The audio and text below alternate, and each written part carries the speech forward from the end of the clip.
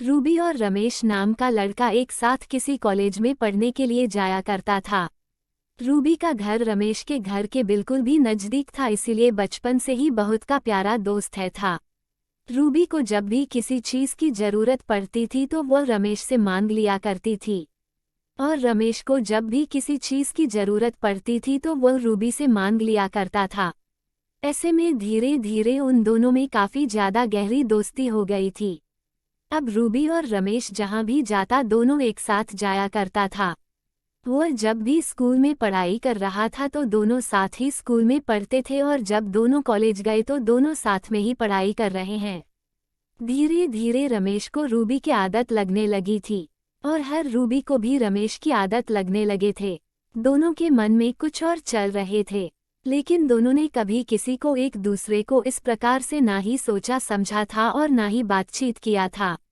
वह तो एक दूसरे को बस अच्छा दोस्त मानते थे, लेकिन दोनों के दिल में तो कुछ और था, लेकिन वह दोनों एक दूसरे को कुछ भी नहीं कह सकते थे। धीरे धीरे दोनों में हो ज्यादा गहरी दोस्ती होती जा रही थी।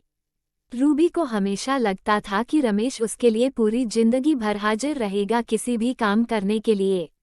इसी कारण से वह जब भी कोई मुसीबत में पड़ जाती थी, ये तो रूबी को कोई काम होता था तो तुरंत ही है रमेश को घर से बुला लगा था काम करने के लिए। रमेश तुरंत ही खुशी खुशी उसके घर आकर उसका सारा काम कर दिया करता था। रूबी सोच रही थी कि रमेश तू मेरा परम मित्र है, ये पूरी जिंदगी भर मेरी ऐसे ही सेवा करते रहेंगे। रूबी आरमन शादी करने के लिए कहीं और हाँ, लेकिन वहाँ कहता था कि रमेश जब भी मेरे लिए कोई लगा ढूंढेगा तो ही मैं उसे शादी करूंगी। ऐसे में शादी की बात सुनते ही रमेश के मन में उसका पारा बहुत ज्यादा गर्म हो जाता था, क्योंकि हम मन ही मन रमेश रूबी से बहुत ज्यादा प्यार करने लगा था। आखिर यह प्यार तो होना ही था, क्योंकि वह भी सभी काम रमेश से ही करवाया करते थे। जब भी रमेश के घर में है उसके रूम में रहता था तो उसका कोई भी काम करने के लिए तैयार रहता था। इस प्रकार से कहीं बाहर रूबी का शरीर रमेश के शरीर से टच होकर भी रहा था।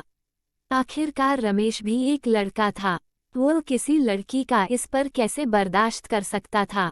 रूबी जब मन करे तब रमेश को गले लगा लिया करते थे, और उसे उसके साथ खेलने पर मजबूर कर दिया करता था।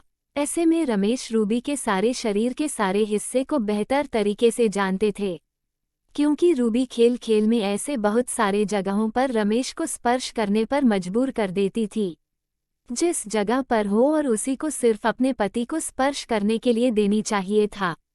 रूबी जब भी कभी नहाती थी तो वाहनों पानी पहुंचाने अथवा पानी लेकर जाने के लिए हमेशा रमेश को ही बुलाया करते थे।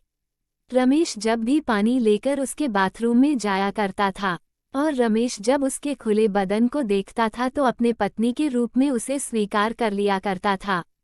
रूबी रमेश को अपना परम मित्र समझता था, और वह नहाते वक्त भी और नहा के आने के बावजूद भी रमेश से मस्ती किया करते थे।